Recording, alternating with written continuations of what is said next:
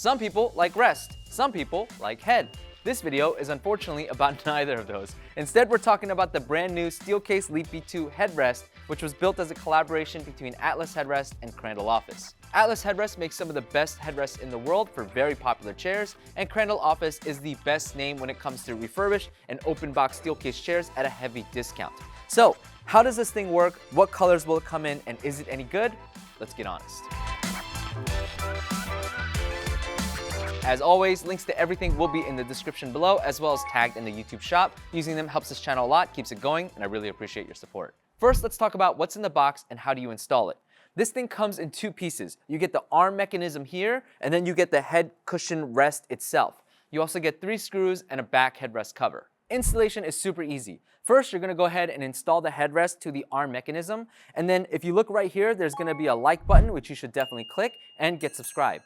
After you've liked and subscribed, you can attach the back headrest cover so that it looks nice and clean. And then to install the headrest mechanism, the entire arm onto the chair, it's super easy. First thing you need to do is make sure that this tab down here is pushed downwards. You'll know it's down because it kind of wiggles and jiggles a little bit. You'll know that it's in the up position if it basically is firm, steady, and doesn't move. So make sure that's down, because if not, and you try to install it, it will snap and it'll break. So after you've got it down, you're gonna take this top hook here and you're gonna place it between the backrest cushion and the backrest frame. There's gonna be a little bit of a gap here. You can push that forward and just slot it right in there. Right after that, you're gonna go ahead and slide it left and right to make sure that it's centered in this back handle part, what I'm gonna call the handle. And then after that, you're gonna go ahead and tension this down and push it in, and it should just snap on like that.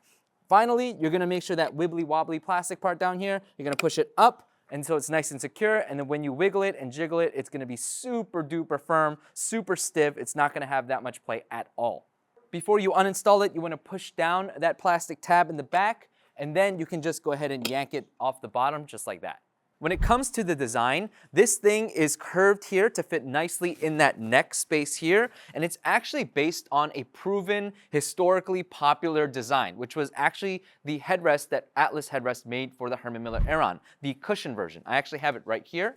This was much more difficult to install because of the nature of the Aeron's backrest, but it's basically the exact same design, exact same contour, and this thing is super duper popular. It's super comfortable, it fits nicely in the neck, and so this has the exact same design. The only difference is going to be in terms of the fabric and the fabric feel, which we'll get to in just a minute.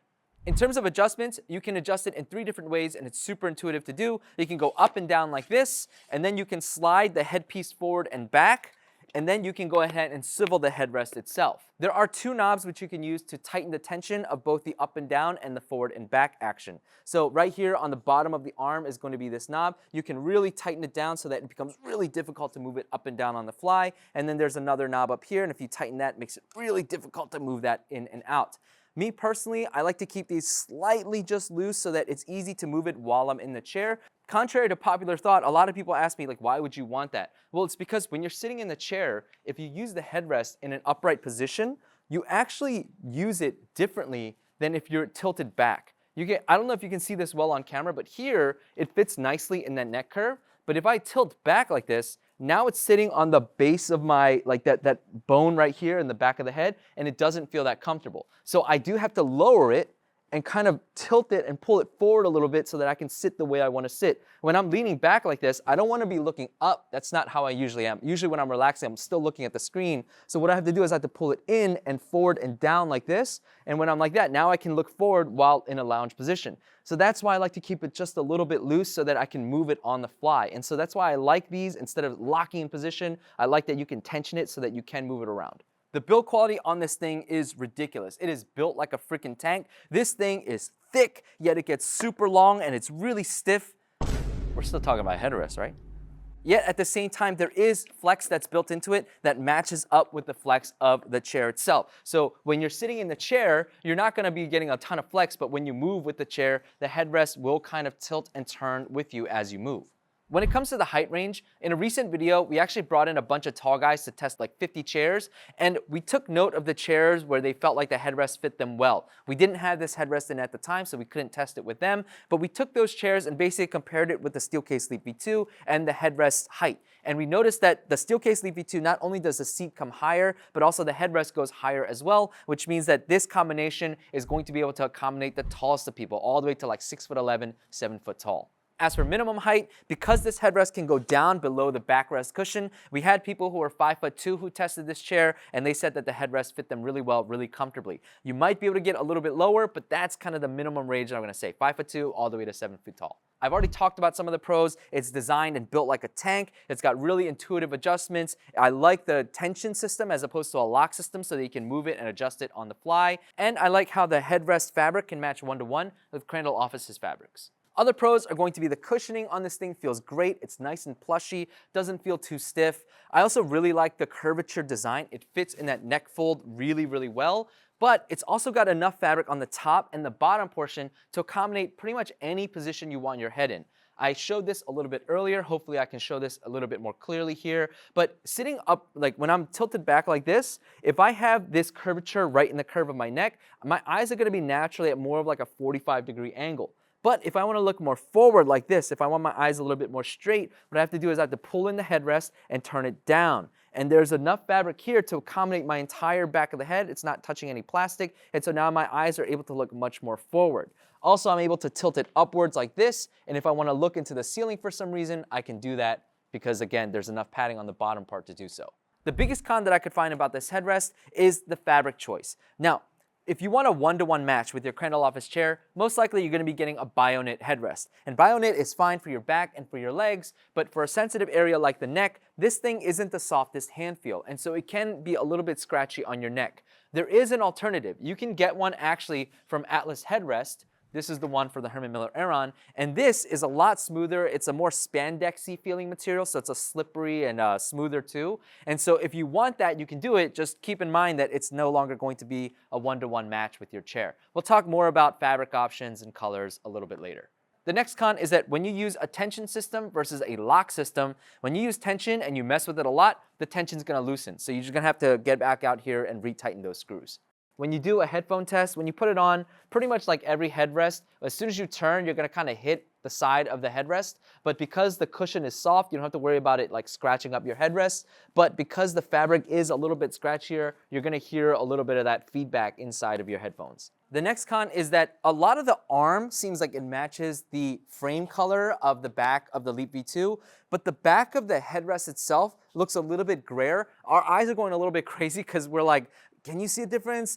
The back of the headrest, you can definitely see the difference compared to the back of the Leap V2. When it comes to the arm mechanism, it looks close enough. That's the best way I could put it. My cameraman and I, we just had all the lights on. We're like staring at it. We're like, can you tell a difference? Kind of. On some sheens it does, some sheens it doesn't. All I can say is that the arm looks like it goes well with the backrest and the back stuff here, but the back of the headrest is noticeably grayer compared to the rest of the chair. I will say that the back of the headrest does kind of look like the color of the arms though. Like there's something about it where it looks like these actually are more similar in color though. Finally, we're talking about colors. All right, frame is gonna be the easiest. When it comes to frame colors, Crandall office told me that right now they're only gonna sell it in the black frame. There is a platinum frame, which is like a light gray frame, but they're talking about it right now. They're not sure. I believe Steelcase doesn't even sell Steelcase Leap V2s in that colored frame anymore. So all I can say guaranteed right now is that it's gonna come in this black frame only. When it comes to the headrest and the fabric options, again, this is the Herman Miller Aeron headrest, so don't look at this part right here. That's not what it looks like. This is for the Aeron. I just want you to focus on this. So Ahnest Headrest, they're also gonna be selling this headrest, but they will only sell it in this fabric option. This again is gonna be much more of a spandexy feel. It's more slippery, and obviously it's not gonna be necessarily a one-to-one match, as you can kind of see here. And if you want that, you can use my code down below, my link down below, you'll get $5 off on that. If you want a one-to-one matching headrest, this is where it gets a little bit more complicated. So Crandall office said that they are going to create one-to-one matches for their fabric. So it's going to be like the BioKnit. I think they're planning on doing another knit soon, but right now it's going to be primarily their BioKnit. And they're going to start with their most popular colors, which I believe are black and gray. And so those are going to be the most popular ones. Those are going to be the ones that they already have ready to go and ship. Yes, they will provide other color options to match their chairs, but they're going to do those in much smaller quantities. And if you cannot be in the first 2 batches, after that, every headrest that you want to get with the matching fabric is going to be an extra $10 charge. For the first 2 batches, if you can get in, it's going to be totally free. But after that, it's going to be a $10 charge to get it fitted with the fabric that you want that matches your chair. So something to keep in mind. As for warranty, we're going to talk about it in 2 ways. The warranty of the headrest itself and how the headrest impacts the warranty of your chair, especially if you have one from Steelcase. So the headrest itself, you're going to get a 3-year warranty on the entire thing. As for how the headrest impacts the warranty of your chair, Steelcase said that this headrest will void the warranty of your chair, but there should be a big asterisk here because in the United States, and Crandall office is based in the US, so is Atlas Headrest, so we're going to talk USA laws, there is an act which is basically a Consumer Protection Act. It says that, hey, if you add a third-party product to whatever you bought, you cannot void the warranty on the entire thing because of that product. And so for example, if your armrest breaks, they can't go, well, too bad, you have a headrest on it, so we're not going to fix it. Unless they can show that the headrest impacted the armrest, I don't know how that's going to even happen. Like, I don't know how you prove something like that. So yeah, the 99% of your chair is going to be fine. And then also, here's just the pro tip. Like this thing, look, I'll just do it right now. Look at this, like, send it in like that. Who's going to know? You're going to tell them? That's what I always say, because I love you all. Crandall office confirmed that their headrest will not void the 12-year warranty on their chairs though. Until next time, stay honest.